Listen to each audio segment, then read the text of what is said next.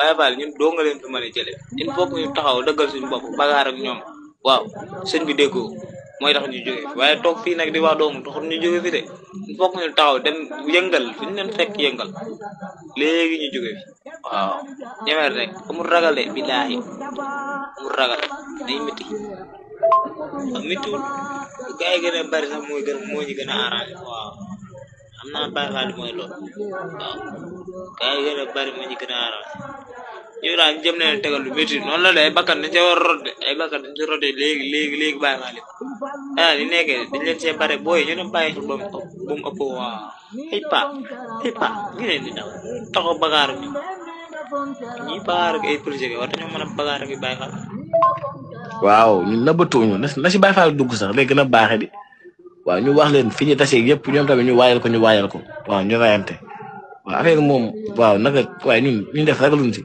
nag lien bi naka booy partagé mu tas fépp tout ndax ñëpp xam ne ñun ñoo ngi leen waajal ñoom ñu xam ko ñoom. parce que Serigne Touba groupe yi maam Baye Fall bu si bokkoon di dégg audio yi di transféré parce que alquran karim yi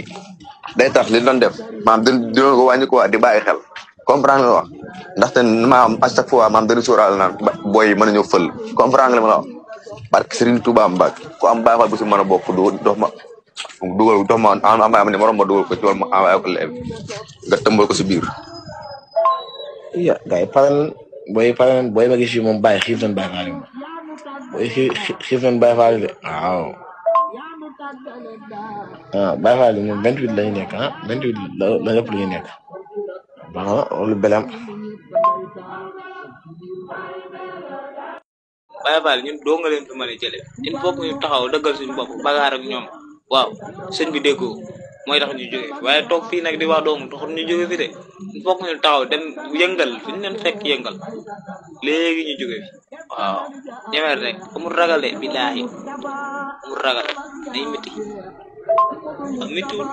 bu gars yi gën a bari sax moo ñu gën a arrangé waaw xam naa Baye Fall mooy loolu waaw gars yi gën a bari moo ñu gën a arrangé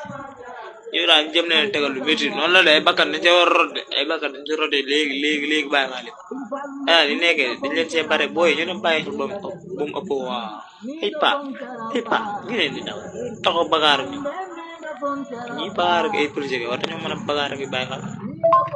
waaw ñun nëbbatuñu na si Baye Fall dugg sax léegi gën a baaxe di waaw ñu wax leen fi ñu tasee yëpp ñoom tamit ñu waayal ko waaw ñu rayante waaw affaire moom waaw naka waaye ñu def ragaluñ si nag lien bi naka booy partagé mu tas fépp tout ndax ñëpp xam ne ñun ñoo ngi leen waajal ñoom ñu xam ko ñoom. parce que Serigne Touba groupe yi maam Baye Fall bu si bokkoon di dégg audio yi di transféré parce que alquran karim yi day tax li doon def maam dina ko wàññi ko waa di bàyyi xel comprendre nga wax ndaxte maam à chaque fois maam dañu sóoraal naan booy yi mën nañoo fël comprendre nga li ma la wax parce que Serigne Touba Mbacke ku am Baye Fall bu si mën a bokk dox ma